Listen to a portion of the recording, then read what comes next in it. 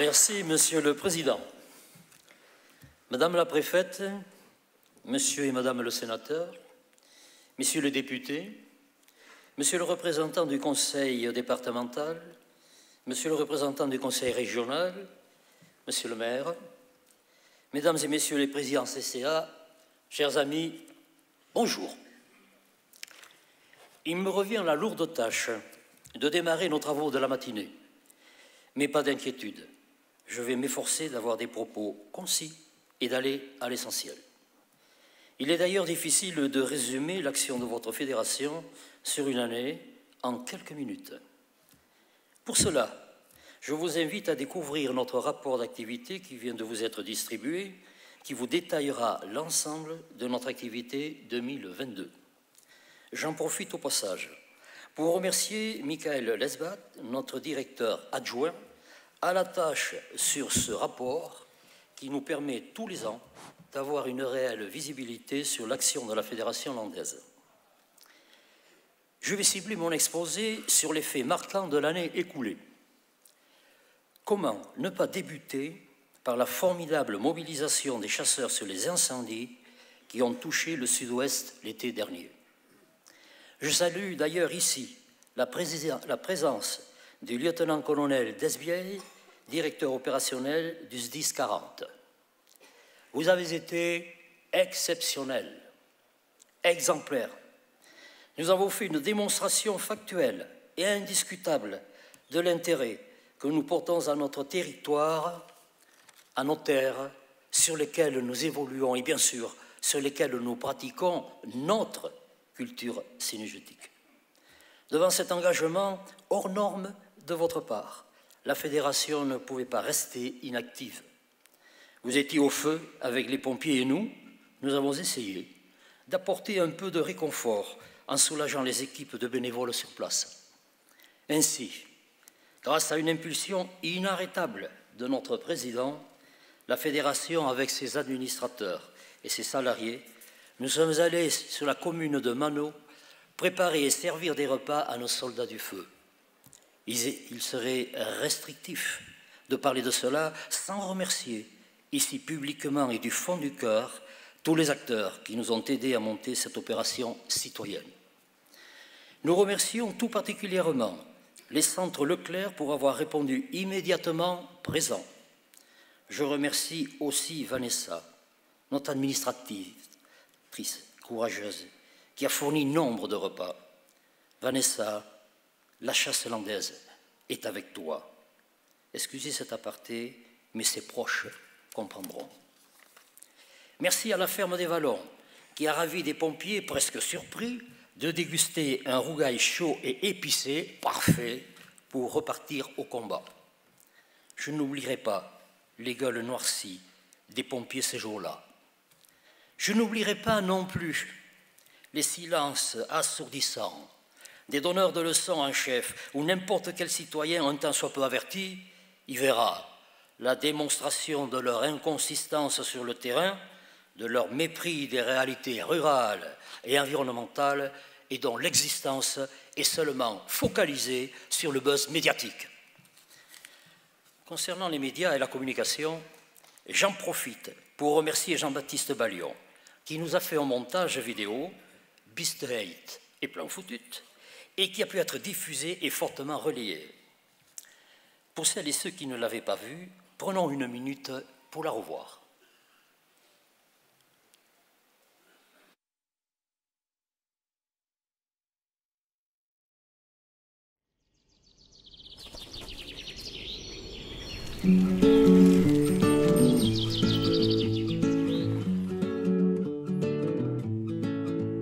On ne se connaît pas, mais je voulais vous dire merci. Nous avons fait appel aux chasseurs pour venir nous servir des repas qui ont dit présents tout de suite. Donc ils sont venus hier nous faire un rougail, c'était très bon d'ailleurs. Et aujourd'hui c'est, je crois, rôti de bœuf. Donc moi je voudrais les remercier d'avoir participé à cet élan de solidarité. Bon, c'était tout à fait normal. Je pense que voilà, on se doit d'être solidaire de nos forestiers, des communes forestières bien entendu.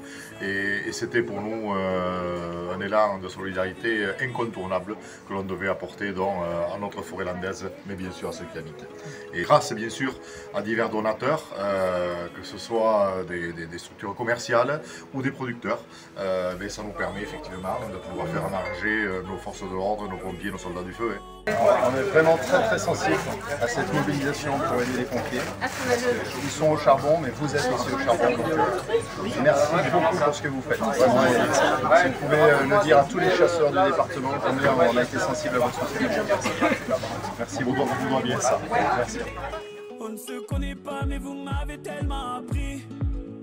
Vos mots, vos sourires et vos larmes ont sauvé la vie.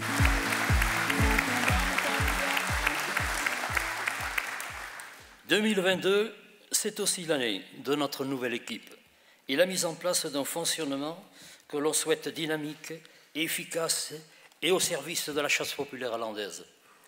Pour cela, votre fédération représente vos intérêts à tous les niveaux, localement, au travers de son implication dans l'ensemble des commissions départementales, à la région également, avec plusieurs sièges dans les instances ad hoc, mais aussi au niveau national, où nous sommes administrateurs à la Fédération nationale et représentants au Conseil national de la chasse et de la faune sauvage, où toutes les décisions relevant de la chasse sont votées. C'est ainsi que nous avons validé, par exemple, Madame la Préfète, le projet de règlement de la réserve nationale naturelle d'Argisan le 29 mars dernier. Comme quoi, les chasseurs n'ont jamais été opposés à une protection pragmatique lorsque la population locale est associée à la réflexion et les usages préservés. Car oui, nous sommes des défenseurs de l'environnement, qualificatif que nous revendiquons et que nous avons démontré une nouvelle fois cette année par la reconduction de l'arrêté instituant la Fédération des chasseurs des Landes comme association de protection de l'environnement par Madame la Préfète Taheri. Nous sommes agréés depuis 1978, 45 ans d'action. C'est-à-dire que dans le département des Landes, nous sommes de loin l'une des premières associations agréées. Il paraît que certains n'aiment pas qu'on le rappelle, mais vous connaissez notre côté taquin. Dans les événements marquants cette année, il y a les travaux en anticipation que votre fédération mène visant à maintenir l'utilisation de la chevrotine dans notre département. Je crois qu'il est désormais inutile d'argumenter sur les qualités de cette munition, tant au niveau balistique qu'en termes de sécurité à la chasse. Pour autant, malgré une boîte à outils nationale tant annoncée et tant promise, Jean-Luc en parlera, nous sommes obligés de construire tous les ans un dossier pour son renouvellement.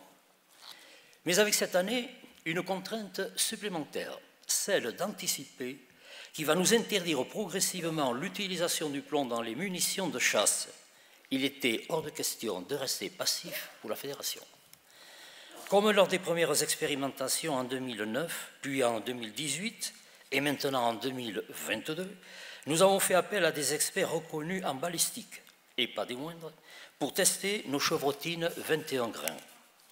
L'enjeu est de trouver une chevrotine de substitution, donc pas en plomb, aussi efficace, aussi sécurisante et non abrasive pour les arbres. Eh bien, nous sommes en passe de réussir. Après un test en conditions contrôlées au stand de tir de Saint-Jean-de-Marsac, en présence du banc d'épreuves de Saint-Étienne et de notre expert, nous avons pu tester très techniquement et non sans mal, vu les conditions très particulières du terrain, cette munition à base de tungstène sur une battue dans le site de la réserve d'Argisan. Je tiens à saluer et remercier le courage et le pragmatisme de nos élus départementaux pour avoir soutenu cette initiative. Paul, c'est important que vous soyez à nos côtés. Mais je souhaite en profiter pour remercier Xavier Chauby, salarié de la réserve, qui œuvre tous les ans à rendre cette régulation des sangliers efficace sur la réserve. Merci Xavier. Mesdames et messieurs, je ne résiste pas à vous donner comme anecdote l'un des arguments du Conseil scientifique régional du patrimoine naturel prétextant un risque de piétinement des chasseurs lors de la battue du site pouvant affecter le milieu. Piétinement des chasseurs, amusant, la preuve par l'image. Effectivement, le milieu est parfois piétiné, mais pas par nos chasseurs qui contribuent justement au respect des équilibres.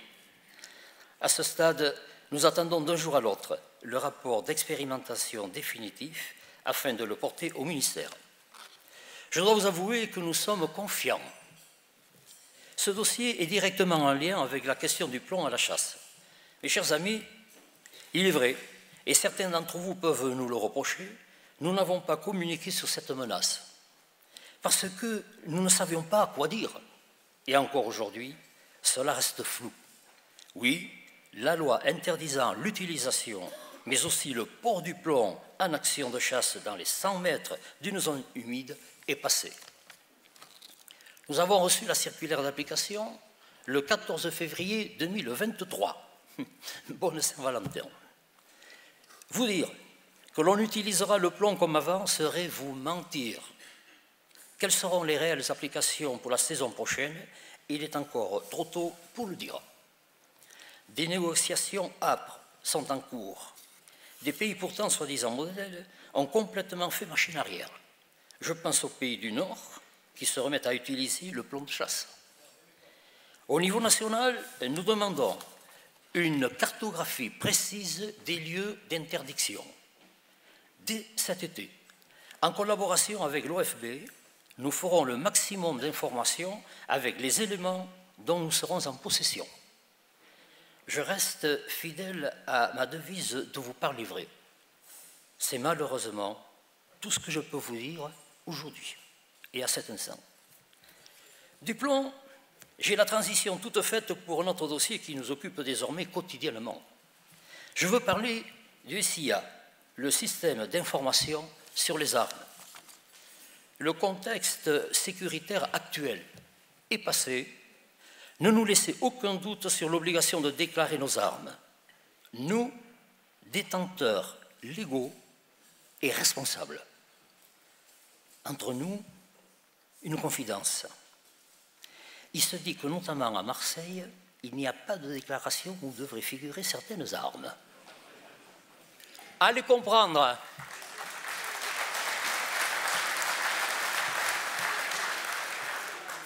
Passons. Les services de la préfecture nous annoncent plus de 7000 comptes créés dans le département. Consciente de cette difficulté et de ces difficultés, la FED 40 a mis en place un service d'aide à la déclaration permanent et gratuit. Ce sont désormais 8 rendez-vous quotidiens réalisés grâce à celle qui devient une icône sur les réseaux sociaux, Mathilde, qui doit commencer à rougir par là et qui fait un travail incroyable avec un professionnalisme indiscutable. Écoutons. Bonjour, c'est Mathilde. Vous m'avez sûrement découverte dans une petite vidéo il y a quelques jours où j'expliquais que je réalise un service civique et citoyen à la Fédération des chasseurs des Landes. Ma mission est d'aider les chasseurs souffrant de la fracture numérique à déclarer leurs armes sur le SIA, le système d'information sur les armes. Cela marche tellement bien que je vais même me déplacer et me rapprocher de vous. C'est pour cela que ma première permanence décentralisée s'effectuera dans le Séniance, dans la commune de Ondres, où je vous y attends du 3 au 7 avril à la mairie annexe. Pour m'y rencontrer et enregistrer vos armes, vous devez impérativement prendre rendez-vous au siège de la Fédération à Pontonx, au 05 58 90 18 69, où je vous donnerai toutes les informations pour pouvoir venir. A très vite et comme on dit ici, à Dichatz. Voilà, Mathilde. J'ai néanmoins noté une diminution du nombre de boîtes de chocolat à l'accueil. N'hésitez pas, cela fait toujours plaisir. Fort de ce succès, nous décentralisons ce service et allons sur le territoire pour éviter de venir jusqu'à Pontonx. Ce fut d'abord Ondres, Vers et d'autres dates vont venir. Nous pensons savoir qu'une rallonge nous serait accordée. C'était au départ le 1er juillet 2023. Cela devrait être le janvier 2024. Nous savons prendre nos responsabilités. Je veux maintenant évoquer rapidement un sujet qui me semble insupportable, celui du traitement de la venaison. Le département des Landes, c'est peu ou prou 14 000 chevreuils, 18 000 sangliers et 1 500 cerfs et biches. Toutes les SCCA, ou presque, sont désormais pourvues d'un centre de collecte déclaré auprès des services de la DET SPP 40. Il y a un formidable dossier de valorisation locale qui est bloqué ou, du moins ralenti, par ou un manque de moyens ou des freins administratifs incompréhensibles. Nous connaissons la réglementation et demandons simplement que les structures pouvant bénéficier de l'agrément gibier puissent l'avoir avant le siècle prochain. Je pense à l'abattoir d'Agenmot notamment. Nos ACCA, mais aussi nos prestataires, sont en capacité de transformer la venaison. Je salue la présence de Maxime Pasto avec sa gamme de produits Gabetti que je vous recommande. À la fin de cette assemblée, vous pourrez goûter quelques mets ultra locaux et ultra naturels qu'il a préparés. Vous auriez tort de vous en priver. Mais pour cela, nous avons besoin de ces fameuses estampilles sanitaires. Il m'est déjà très pénible de voir du magret polonais dans nos étalages, mais il m'est aussi pénible de voir saucissons de sanglier de Roumanie. Alors que nos ACCA ont toutes les peines à écouler leur venaison locale du fait de ces blocages. Juste un mot sur l'action juridique de votre fédération. Nous le rappelons, la fédération se portera systématiquement partie civile sur toutes les infractions de chasse. Nos avocats conseils, ici présents, que je remercie pour la qualité de leur travail, iront systématiquement devant les tribunaux si l'un de nous traverse la barrière.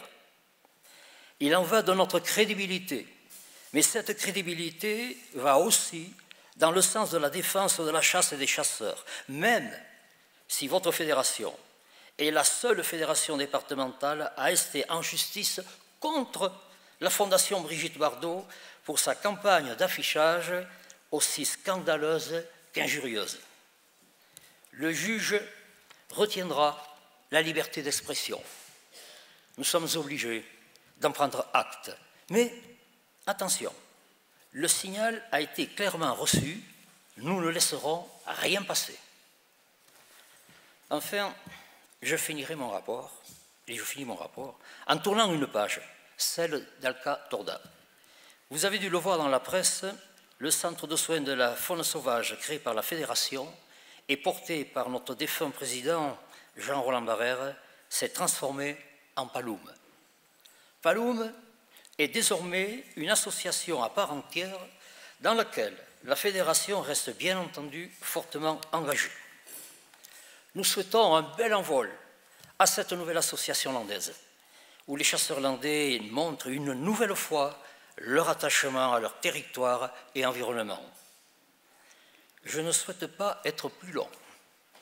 Jean-Luc Dufault aura bien d'autres sujets, donc celui des chasses traditionnelles, qui n'a de cesse d'occuper nos services. Je vous souhaite une excellente assemblée et vous dis à tout à l'heure. Merci de votre attention. Merci André.